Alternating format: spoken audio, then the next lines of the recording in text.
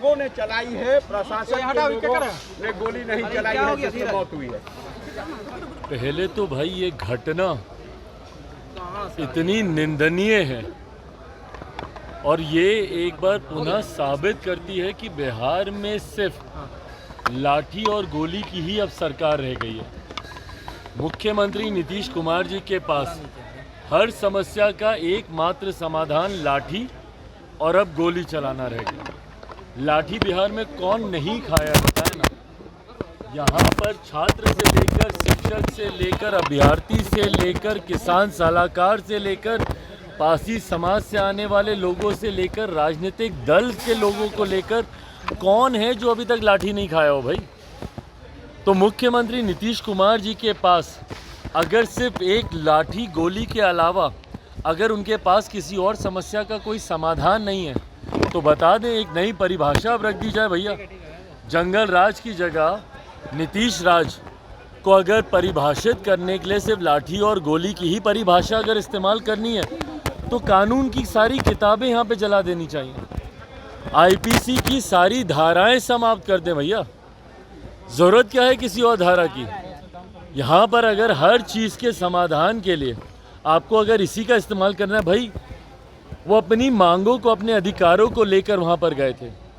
लोक जनशक्ति पार्टी रामविलास ने निरंतरता में बिजली में हो रही अनियमितता को उजागर करने का हम लोगों ने काम किया, समय समय पर रह रहकर कि क्यों बिहार सरकार इतनी महंगी दरों पर बिजली खरीदती है, क्यों उसका बोझ बिहार के लोगों के ऊपर डाला जाता है, किस तरीके से बिजली के दामों को बढ़ाकर बिल में दिया जाता है। तमाम बातें हम लोगों ने बार बार हम लोगों ने उजागर करने का काम किया। मुख्यमंत्री नीतीश कुमार जी ने इस बात को कबूल भी किया कि हम लोग महंगी दरों पर हम लोग बिजली खरीदते हैं। क्यों खरीदते हैं भैया? बगल में उड़ीसा जैसा राज्य है, वो जब सस्ती दर पे बिजली खरीद रहा है तो आप क्यों महंगी दरों पे बिजली खरीदते हैं? पहली बात तो गलती आप करते हैं।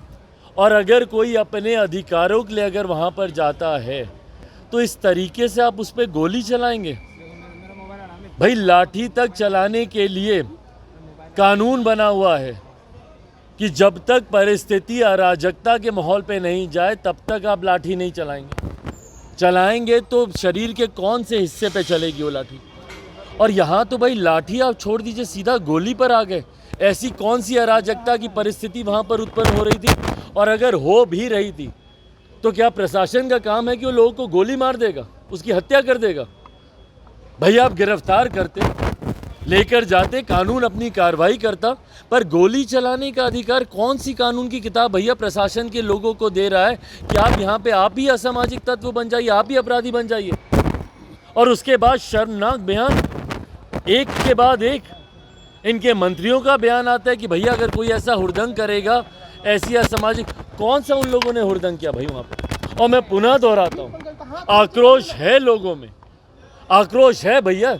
अगर किसी के आज की तारीख में भुखमरी, गरीबी, बेरोजगारी, महंगाई, इन समस्याओं से बिहारी जूझ रहा है, आक्रोश है।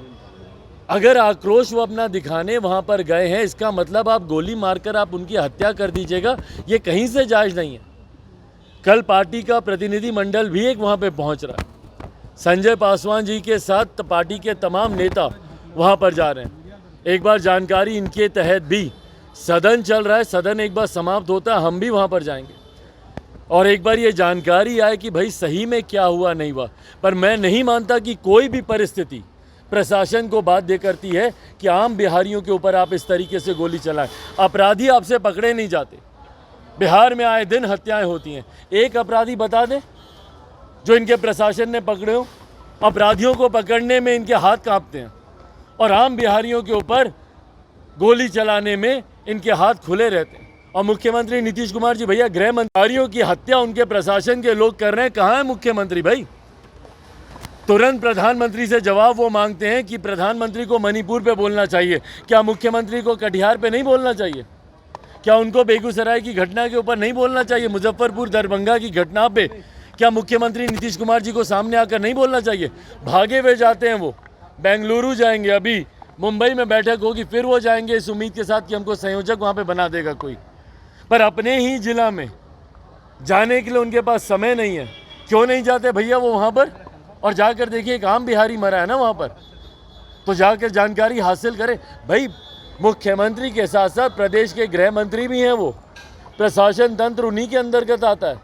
तो जो मुख्यमंत्री ये मांग करते हैं कि प्रधानमंत्री को बोलना चाहिए, मुख्यमंत्री को भी इन विषयों के ऊपर बोलना चाहिए और कम से कम अपने प्रदेश में तो जाएं मुख्यमंत्री जी। ऊर्जा मंत्री तो कहते हैं कि जब अब लोग दंगा करेंगे, तो भाई बस यही अब रह के यही तो हम बोले ना, आईपीसी की सारी धाराएं खत्म कर दीजिए भैया, कानून की किताबों को जला देंगे। इनके पास सिर्फ लाठी गोली ही एक समाधान बचा है। बात आप किसी से करेंगे नहीं, समस्या का समाधान आप निकालेंगे नहीं, तो क्या करेगा भैया कल को एक बिहारी? छात्र आज भी परेशान है भैया 3-3 साल के कोर्स के लिए। कल हम लोग गए थे, परसों गवर्नर के साथ हम लोग की बैठक थी। इनके सत्ता पक्ष के जितने लोग हैं बिहार से, उन सब ने बायकॉट किया उस बैठक का। भाई वहाँ पे जाते, वहाँ पर जाकर गवर्नर के सामने आप अपनी बातों को रखते। हम लोग तो गए भैया, हम लोगों ने रखा। उच्च शिक्षा को लेकर जितनी अनियमितता यहाँ पे बढ़ती जा रही है, 3 साल का कोर्स 5-5, 6-6 साल तक यहाँ पे समाप्त नहीं होता।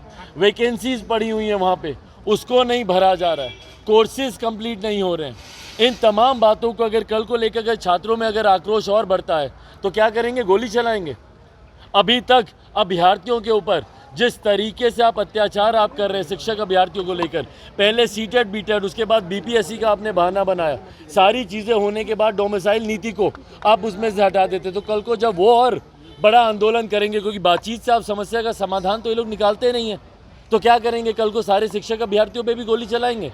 किसान सलाहकार जो सड़क पर आते हैं बार बार, उन पे गोली चलाएंगे। पासी समाज के लोग आज ताड़ी को लेकर इतने, अभी तक उनकी समस्या का समाधान नहीं निकला, तो कल को उनके तो एक ही बार नियम बना ही दीजिए ना भैया कि जो सड़क पर उतरेगा, सांसदों के ऊपर आप इस तरीके से लाठी चला रहे हैं। जब भारतीय जनता पार्टी के तमाम लोग उतरे थे, उनके विधायक, उनके सांसद, किसी का सर फूटा, किसी का हाथ फूटा, कार्यकर्ताओं पे, तो एक ही बार मुख्यमंत्री नीतीश कुमार जी बता देना कि भैया यहाँ पर एक महाजंगल राज चल रहा है और इस महाजंगल राज में कानून की कोई भी धाराएं यहाँ पर नहीं इस्तेमाल की जाएंगी, यहाँ पर सिर्फ लाठी इस्तेमाल की जाएगी और उस पर भी अगर आप लोग नहीं खामोश हुए तो गोली आपके ऊपर चलाएगी। नीतीश कुमार ने सांसदों के साथ बैठक बुलाई है, बैठक बुलाई है नीतीश कुमार ने सांसदों के साथ। क्या कहेंगे? तमाम जो पूर्व सांसद हैं उनके साथ ये बात में बैठक चल रही है। भाई तो बुलाएं ना, चुनाव का समय है, बुलाएंगे। ये लो मुंह मीठा करो, आज मैंने अपना जॉब छोड़ दिया, अब हम पूर्णिया वापस जाएंगे। जॉब छोड़ दिया है? मतलब ये घर कैसे चलेगा? हम करेंगे क्या? और माँ बाबूजी क्या बोलेंगे? इसलिए मैं एक और मिठाई का डब्बा लाया, अपने बिजनेस के लिए लोन अप्रूव हो गया। अरे लोन अप्रूव हो गया वो तो ठीक है, लेकिन पूर्णिया में हम रहेंगे कहाँ? अपना घर भी तो नहीं है वहाँ। इसलिए तो एक और मिठाई का डब्बा अलग से लाया हूँ। हमने पूर्णिया में घर ले लिया है, पूर्णिया के ई होम्स पैनोरमा में। पूर्णिया में पैनोरमा ग्रुप लेकर आए हैं ई होम्स पैनोरमा, बड़ा घर, आलीशान जिंदगी और अत्याधुनिक सुविधाओं के संग। अरे अरे अब क्यों मुंह मीठा करवा रही हो? क्योंकि हम घर वापसी जो कर रहे हैं। घर वापसी की खुशी पूर्णिया में ई होम्स पैनोरमा के संग। ई Homes Panorama, luxurious lifestyle redefined.